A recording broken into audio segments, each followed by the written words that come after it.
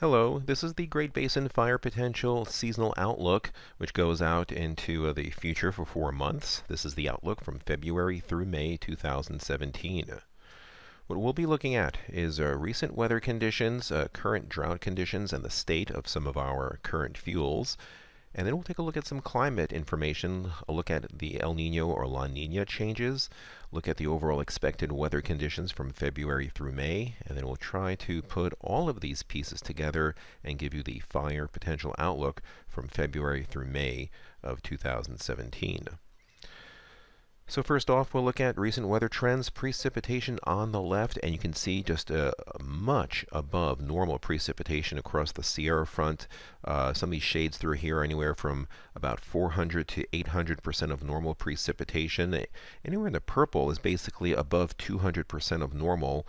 And even the bluish shade is 150% or more of normal. Some of these spots that are below normal are actually just station errors. So for the most part, wherever you see this outline through here, through the Arizona Strip, Utah, Nevada, western Wyoming, and the southern third of Idaho, precipitation in general has been about anywhere from 150 to 400% of normal with locally higher pockets.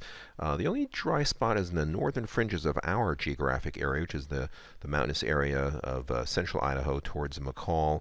And there, precipitation just near or slightly below normal.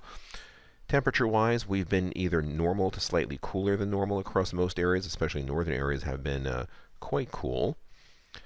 This precipitation pattern has really put an end to the drought situation. Basically, no significant large areas of drought in our area. A little tiny strip through here is more localized. That will most likely be going away, because the drought outlook, which takes us through January until the end of April, shows a continuation of drought removal likely across parts of southwestern Nevada. And look at how California has really improved. They were so drought-stricken just 12 to 18 months ago, and the drought just barely hanging in some parts of southern California only. So no real significant drought across the west, which is good news. So with a look at our recent weather, let's take a look at what some of our fuel conditions are doing. And a look at the heavier 1,000-hour fuels shows that just about every location is in that dark shade of green to lighter shade of green. So basically near or above 20%, which is basically dormant and no issues in the short term or medium term. Could El Nino or La Nina give us an effect? Here's a look at a diminishing La Nina. These colder waters in the equatorial Pacific were a developing La Nina, but it kind of petered out, and we are starting to see some warming off the South American coast, which is often a precursor to El Nino. Another return to El Nino maybe. We'll have to look at our climatic models for that. And taking a look at where we are right now, just above the lowest end of La Nina, our computer models by late spring take us into slightly positive or neutral and start getting us into a lower end El Nino possibly by the end of the summer. The implications on this could be a slightly delayed monsoon, which sometimes happens when you transition from La Nina to El Nino, so that's something we'll have to keep an eye on. So combining all these conditions, drought, weather, fuels, where does it go from here?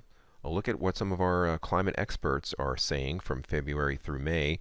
And notice through here, February, still wetter than normal across western Nevada in February, and a possibility of wetter than normal inside this hatched green area for March.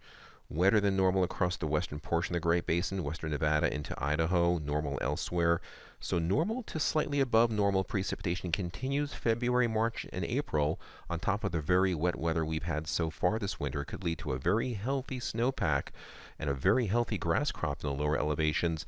But notice how much we dry out and warm up, turn warmer than normal as we go into May. That could start curing that good grass crop very rapidly into May. And if that happens, that could pose some problems for us by June, which fortunately for us is still outside the outlook period. So putting this all together, the outlook for February, and actually from February through May, still calling it normal in all areas, not enough to go on for above normal. I think the upper elevations will have such a healthy snowpack, about 150 or more percent of normal, that things will be a slow start in the higher elevations of the Wasatch in Idaho and the Sierra front. But the lower elevations with a healthy grass crop, we'll have to watch as we go into the early part of fire season, but no problems going through May at this point. Our national outlook, again, no problems for us, but where the problems will be nationally probably be across southern and eastern areas.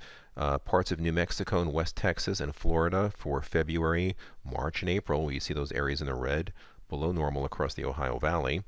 And then still some issues in those areas, although diminishing towards May. But April and May in Alaska could have an early start to fire season in some of their higher terrain up there in the mountains across southern and southeastern Alaska. So we'll have to keep an eye on that. So in summary, drought conditions diminished across the region to basically nothing. La Nina becomes neutral with a trend towards a weak El Nino. This could possibly have an effect on the monsoon season this summer. Depending if that occurs, it could possibly delay it.